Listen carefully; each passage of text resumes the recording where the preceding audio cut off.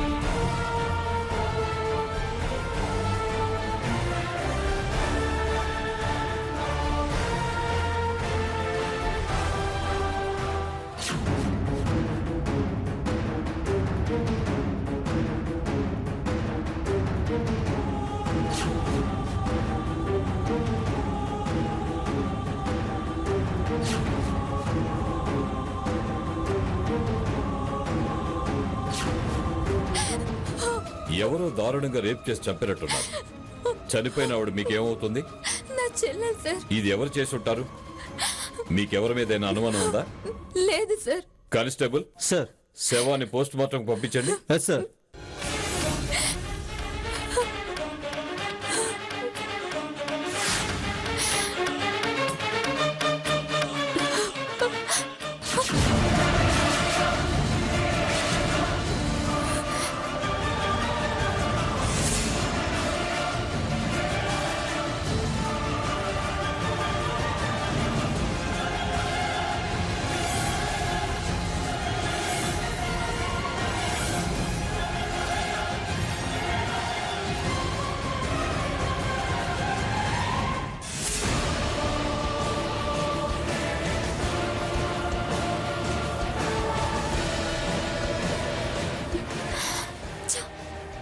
Switch off అయిందే.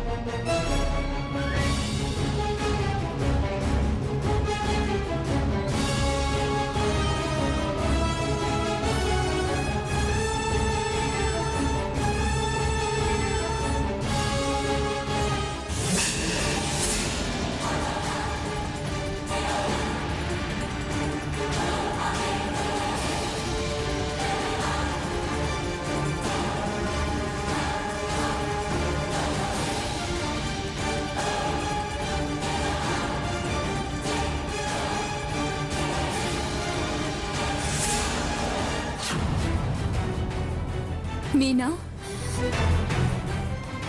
నిన్ను దారుణంగా రేప్ చేసి చంపిన వీళ్ళని రోజు రోజుకి కృంగి కృషించేలా చంపి నీ ఆత్మకి శాంతి చేకూరుస్తాను. పైనుంచి నువ్వు చూస్తూ ఉండు మీనా, వీళ్ళ చావు ఎంత భయంకరంగా ఉంటుందో.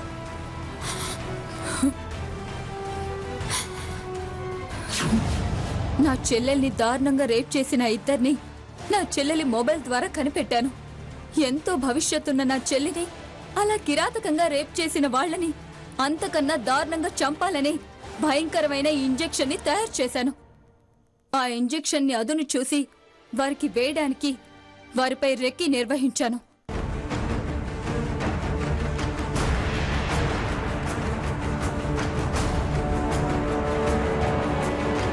ఆ చూడు, ఆ వీల్ అలైన్మెంట్ చేసిన తర్వాత ఆ కారు వాళ్ళ ఇంటికి పంపించేసాయి, సరేనా? అలాగే సార్.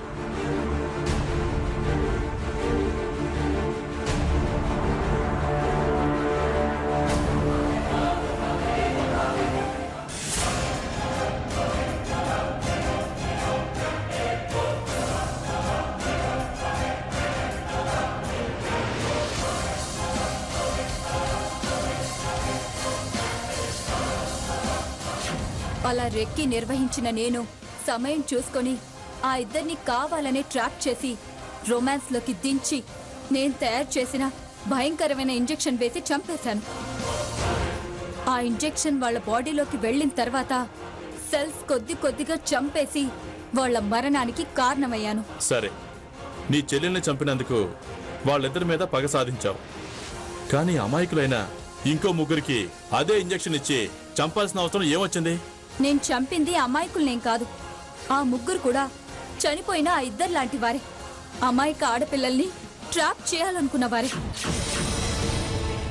ఎవరైతే అమ్మాయిల్ని అవసరం తీర్చే వస్తువుగా చూడాలనుకున్నారో వాళ్ళందర్నీ చంపాలని డిసైడ్ అయ్యాను.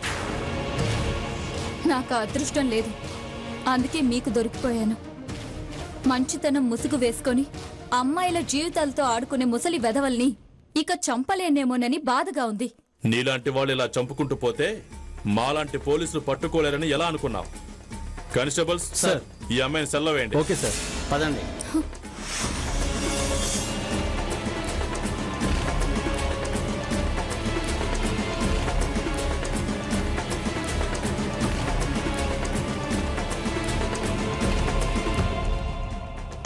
చూశారు కదా, సమాజానికి ఉపయోగపడే శాస్త్రవేత్త తనకు అన్యాయం జరిగిందని ఎంతో భయంకరమైన ఇంజెక్షన్ తయారు చేసి ఎలా పగ సాధించిందో. నేరస్తులారా, అన్యాయం చేసే ముందు ఒక్క క్షణం ఆలోచించండి. మీరు చేసే పాపం అంతే వేగంగా మీ మీద పగ సాధించడానికి సిద్ధంగా ఉంటుందని గ్రహించండి. ఎవరు ఏ కారణం చేతనైనా ఎదుటి మనిషిని చంపడం నేరం. అలా నేరం చేసిన వాళ్ళు మా చట్టం చేతుల్లో తప్పక శిక్ష అనుభవిస్తారు. జై హింద్.